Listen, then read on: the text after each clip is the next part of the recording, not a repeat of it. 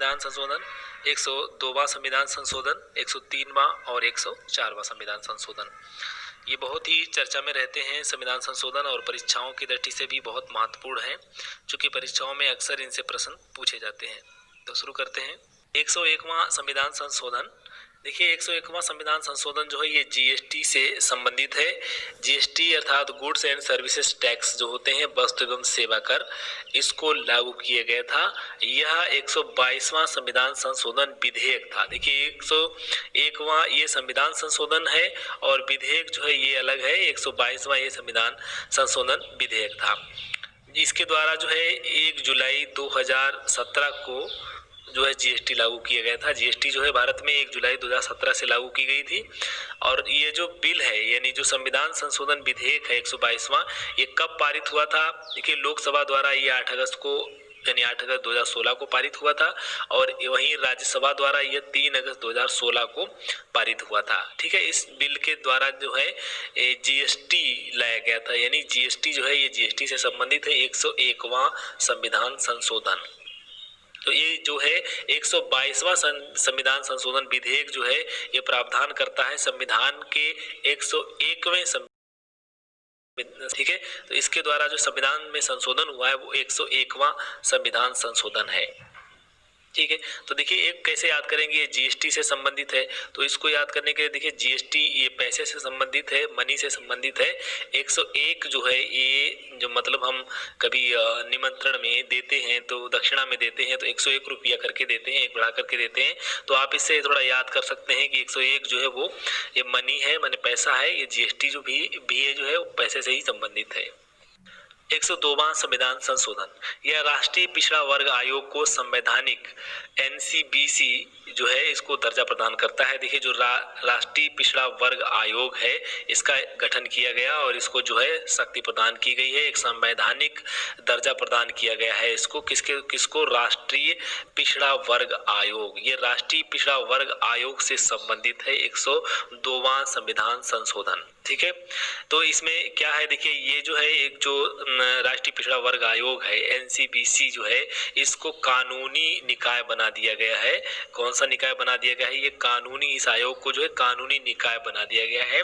और ये कौन सा संविधान संशोधन विधेयक है? देखिए तो ये जो है 123वां संविधान संशोधन विधेयक है। इसके तहत जो है अनुच्छेद 38 338 के बाद जो है 38 खा भी जोड़ा गया, माने 338 खा को भी जोड़ दिया गया है। ठीक है, तो कौन सा अनुच्छेद जोड़ा गया है? तो इसमें 338 खा जोड़ा गया है। ये बात आप याद रखेंगे। वर्ष 2017 में यह संशोधन बिल जो है यानी विधेयक जो है इसको पास किया गया था।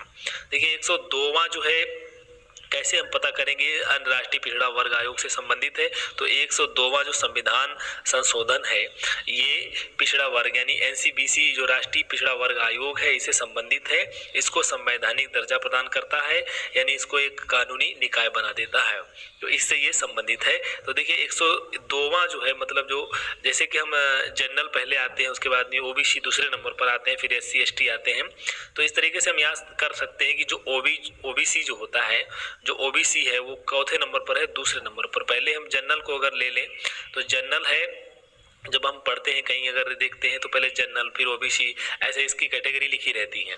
कहीं लिखा रहता है तो पहले जनरल लिखेंगे, फिर ओबीसी लिखेंगे, फिर एससी एसटी लिखेंगे, इस तरीके से लिखा रहता है। तो आप ओबीसी दूसरे नंबर पर आता है, तो इस तरीके से इसको याद कर सकते हैं। जो 102 है यानी 2 जो है वो अन्य जो है राष्ट्रीय पिछड़ा वर्ग आयोग से संबंधित है। आगे बढ़ते हैं। 103वां संविधान संशोधन। देखिए 103वां संविधान संशोधन किसे संबंधित है? तो यह संबंधित है सामान्य वर्ग को शैक्षणिक संस्थानों और नियुक्तियों में 10% यानी 10% आरक्षण का प्रावधान इसके तहत किया गया है, यानी आरक्षण का प्रावधान करता है। तो जनरल कैटेगरी के जो लोग हैं उनको जो है शैक्षणिक संस्थानों माने जो शिक्षण संस्थाएं हैं उनमें प्रवेश और जो राज्य द्वारा नियुक्तियां की जाती हैं उनमें जो है 10% का आरक्षण ये प्रदान करता है। इसके प्रावधान की व्यवस्था इसमें की गई है।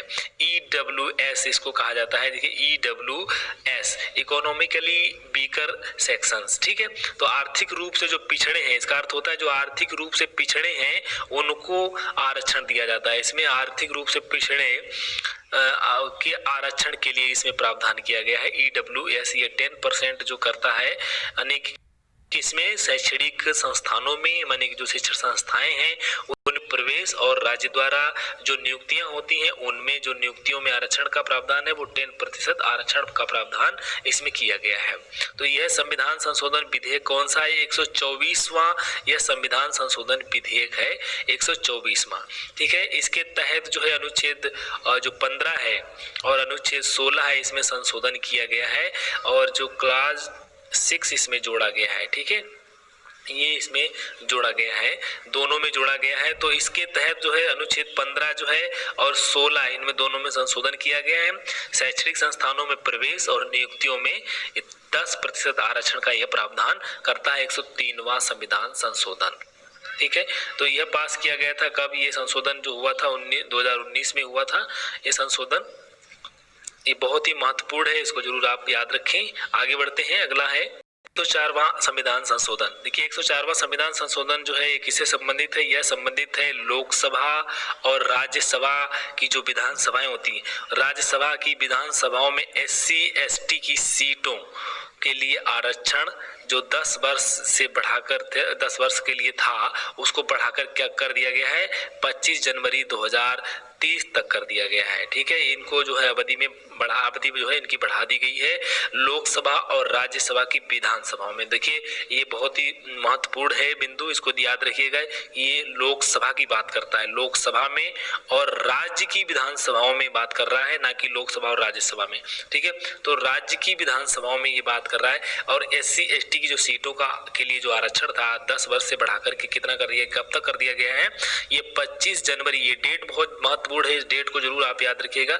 25 जनवरी 2030 तक कर दिया गया है। साथ ही एंग्लो इंडियन सीटों को समाप्त कर दिया गया है। माने जो एंग्लो इंडियन सीटें थी, लोकसभा में 2 सीटें थी और राज्य की जो विधानसभाओं में 1 सीट हुआ करती थी उसको समाप्त कर दिया गया है। माने उनकी अवधि जो थी उनको नहीं बढ़ाया गया है। ठीक है, तो इनके तहत जो है 104वां संविधान संशोधन के तहत जो है एंग्लो इंडियन का जो मनोनयन था, माने जो मनोनीत किए जाते थे उनको अब समाप्त कर दिया गया है। उनकी अवधि में कोई भी परिवर्तन नहीं किया गया था, यानी उनकी अवधि को बढ़ाया नहीं गया है, इसलिए वो समाप्त हो गया है। ये संविधान संशोधन विधेयक जो है वो 126वां संविधान संशोधन विधेयक है। विधेयक जो इसको जरूर याद रखिएगा, सारे जो संविधान संशोधन हुए हैं वो चौथे संविधान संशोधन विधेयक से संबंध रखते हैं, ये बात आप याद कर लीजिएगा। ये भी परीक्षाओं में मैचिंग में पूछा जा सकता है। वर्तमान में देखिए क्या है, वर्तमान में जो लोकसभा में जो है ये सीटें हैं कितनी? 84 सीटें अनुसूचित जाति हेतु हैं और 47 सीटें अनुसूचित जनजाति हेतु आरक्षित है। और ये आरक्षण की जो व्यवस्था है वो अनुच्छेद 334 में की गई है। इनके आरक्षण का प्रावधान जो है वो कौन से अनुच्छेद में है? ये 334 में किया गया है। और यह जो संविधान संशोधन है यह वर्ष 2020 में किया गया है। ठीक है, तो इतना जो है इतनी जानकारी संविधान के संशोधन 104 वाले से है।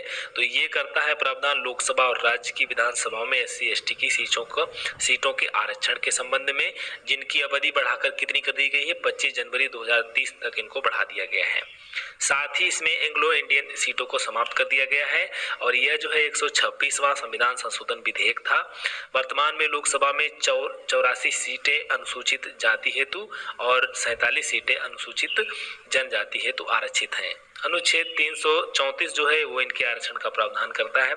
यह वर्ष 2020 में संविधान संशोधन किया गया था। तो ये 104वां